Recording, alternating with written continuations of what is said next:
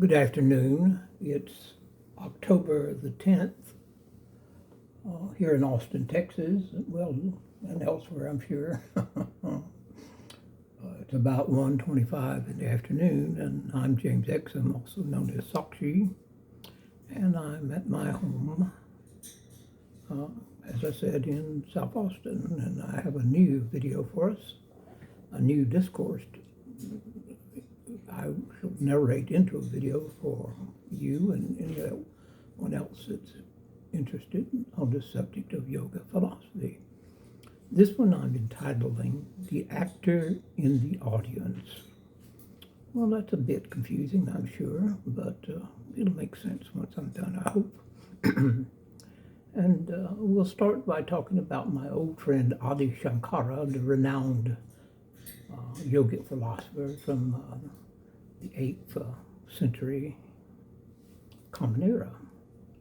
He emphasized the role of Sakshi, which is also the witness, and is connected to the Atman in self-realization. In his commentary on the Brahma Sutras, which was one of his masterworks, by the way, the Brahma Sutras, Shankara wrote, quote, "The witness, Sakshi, is the consciousness that illuminates the presence of all thoughts and experiences, yet remains untouched by them." And that's from his Brahma Sutra Bhashya, which Bhashya simply means commentary, to 3.18. This statement underscores the importance of Sakshi as the ever-present awareness behind all mental activities. Very important. And getting used to the position of my camera, my new position of my camera. I interpret Sakshi, when I'm not talking about my own soul, I'm talking about Sakshi in general, from a contemporary standpoint, and I have stated, quote, "When we adopt the stance of the witness, we create space between ourselves and our emotion, allowing clarity and equanimity to emerge." And that's from my Witness Consciousness in Modern Practice, Journal of Contemporary Spirituality, 2022. It's unpublished, by the way. A lot of my works are unpublished. I'm leaving it to the world to publish my collective works once I've gone on. This quote reflects my view that the ancient wisdom of Sakshi, which is the witness, can be directly applied to modern life for greater self-mastery and peace. Commentaries from Adi Shankara provide profound insights into the nature of Sakshi, the witness consciousness. In his elucidations on the Upanishads and the Vedanta, Adi Shankara emphasizes that Sakshi is the immutable observer, untouched by the activity of the mind and the senses. He writes that true liberation arises when one recognizes this witnessing self is identical with Brahman, who is the creator, of course, the ultimate reality, and ceases to identify with transient phenomena. Through constant discrimination, viveka, and detachment, vairagya, the seeker comes to abide in the serene awareness of Sakshi, free from all bondage. Myself, a contemporary scholar and practitioner, interpret the concept of Sakshi through a modern lens, highlighting its relevance in daily life.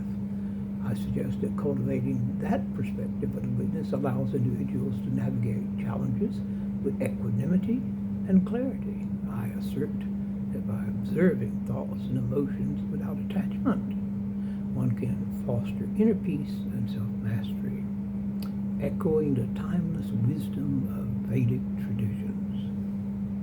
Now we'll get into the title subject, the Atman and Sakshi, evolving from actor to witness, evolving from an actor on the stage to a member of the audience observing the play of the day, so to speak. In the rich tapestry of Vedic philosophy, the concepts of Atman, the true self, and Sakshi, the witness, hold profound significance. The journey of spiritual evolution is often depicted as a movement from being an active participant on the stage of life, which most of us are, to becoming an observer in the audience. Now, that's a very interesting transition, wouldn't you say? If you're no longer having to dance trip-like fantastics on the stage and always being on, so to speak, as they say in the acting world, if you're allowed just to sit in the audience and watch everyone else perform and be judged from their performance, and also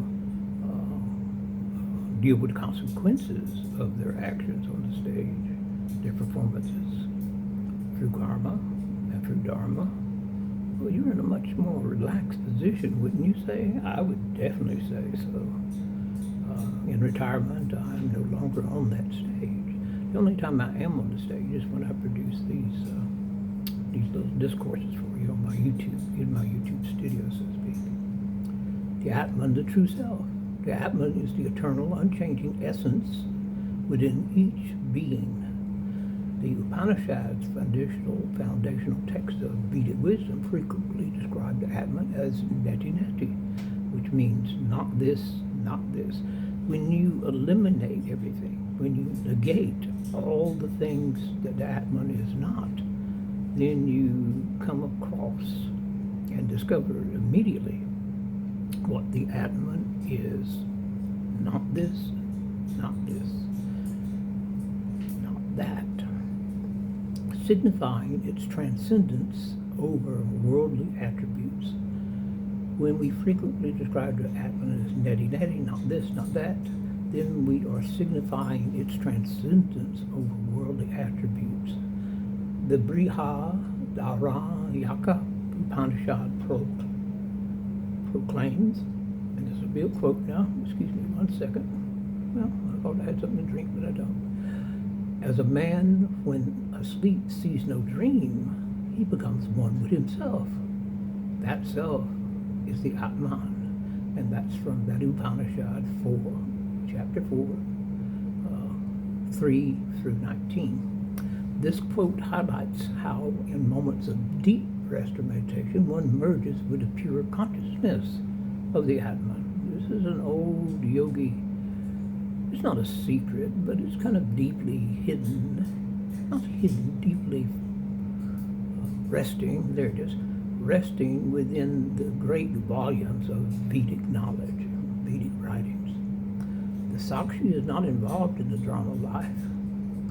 It observes silently, impartially, and with detachment. The Yoga Vasistha states, quote, "You are the witness of all, and your true nature is pure consciousness." So a spiritual seeker who begins to realize the importance of the Sakshi, the witnessing aspects of consciousness, is getting much, much closer to what he is truly seeking through all his yogic studies and cultivating himself into a higher plane, helping to cultivate his soul towards a higher plane. You are the witness of all. Your true nature is pure consciousness. By cultivating the witness attitude, we step back from the emotional entanglements and reactions that arise on the stage of worldly existence. And this is where I brought the stage and the audience in. It's from that. By cultivating the witness attitude, we step back from the emotional entanglements and reactions, which has to do with karma and dharma, that arise on the stage of worldly existence. Instead, we learn to watch our thoughts, watch our feelings, deal with our actions by watching them carefully from a place of serene awareness. I like that. That's a nice paragraph. When I write these discourses, I basically just rely on my intuition and listening to that little voice that's within me speak to me, and remember what it says, even though I may not put it in everything I write. I do take note of what is told to me by that little voice that whispers to you. That is your Sakshi, that is your soul. That is a spark of divinity on loan from Brahman, the Creator, to you while you live on this earth, from your first breath to your last breath. And then when you cast off this old body or young body, it's like casting off a suit of old used clothes. And then the soul is truly free. It becomes cosmic again.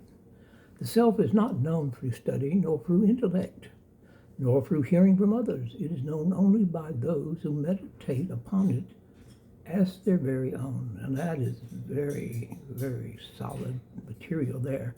And it should be. It comes from the Kapha Upanishads, chapter 1, 2.23. When we cease to act from the limited perspective of the ego and embrace the spaciousness of the witness, we evolve spiritually. This is what I was saying a moment ago. This evolution is marked by greater peace, clarity, and compassion, and empathy, and we recognize our unity with all beings. Once we start seeing the world and everyone in it not as someone to be superior to us, nor, and Lord help us, and definitely not to be inferior to us. They're just like us. They have their daily problems. The wealth, the clothing, the possessions, the positions, they're still part of Brahma. They're still here on the stage acting out the play of God, the play of Leela, it's called. You can look that one up, Lila, play of Leela. That's a good one to look up, folks. I'm not saying you have to, but if you're inclined, please do. It'll help with your spiritual development. Now here's some quotes from Vedic sources. The Atman is the witness, the knower, the ever free, and that's from the Mundaka Upanishad. And here's one we have from the Exum Upanishad. He who sees all beings in his own self, and his own self in all beings. This is what I said a moment ago. We're all the same. We're all children of Brahma. We're all children of the Creator. He who sees all beings in his own self, and his own self in all beings, loses all fear. Isa Upanishad. The wise who see the difference between the body and the self become free. That's from the Bhagavad Gita 13.31. So here's a conclusion to all of this talk I've given you. The journey from acting on the stage of life to witnessing to the audience is the essence of spiritual evolution in the Vedic tradition. By realizing ourselves as the Atman and cultivating the Sakshi attitude, we transcend the limitations of the ego and enter the realm of pure awareness. The wisdom of the Upanishads and other Vedic texts guides us on this path, encouraging us to discover our true eternal self. This guiding us on this path is an important closing statement, because the next video I'm about to present to you that I've also written is a follow-up to this one. And it has to do, well, it may not be the next, but it may be 2 videos out. But it has to do, have we chosen the right path? Are we on the right path? But we'll get to that when we get to that. And so, as I always say, I hope you enjoyed this. If you did, that's wonderful. And if you didn't, that's okay too. But if you did enjoy it and you found anything, any little nugget of wisdom in it, please share it with your friends and family and anyone else that might be interested in yoga philosophy. We want to spread the good word, don't we? And the other thing is, be good to yourself, be good to your family, and be good to others. And who knows, all this global strife and political mayhem, economic problems that are brought on by the current administration, there's an old saying. I think what happened was the king went to his soothsayer. Soothsayer means truthsayer in, I believe it's Middle English. And he said to his soothsayer, he says, find me one concise, I think I've got the story right, I may be mixing it with another parable. He said, find me one truth, one sentence that will encapsulate the solution for peace of mind, for anything that comes upon us. And the soothsayer says, He said, "Oh, I remember, Your Highness. There's an old story about a hand appearing out of nowhere, an arm with a hand, and it wrote on this wall a saying, and then it disappeared." And that's where the phrase, "and the moving finger having writ," moves on. That's part of this. But what the moving finger, it used its finger to write on the wall, what it wrote was, "and this too shall pass." And that was the saying the soothsayer gave to the king to help him run his kingdom and not to become anxious and not to become unduly excited about things, and to judge rightly and to be a good king. So I'll close with that.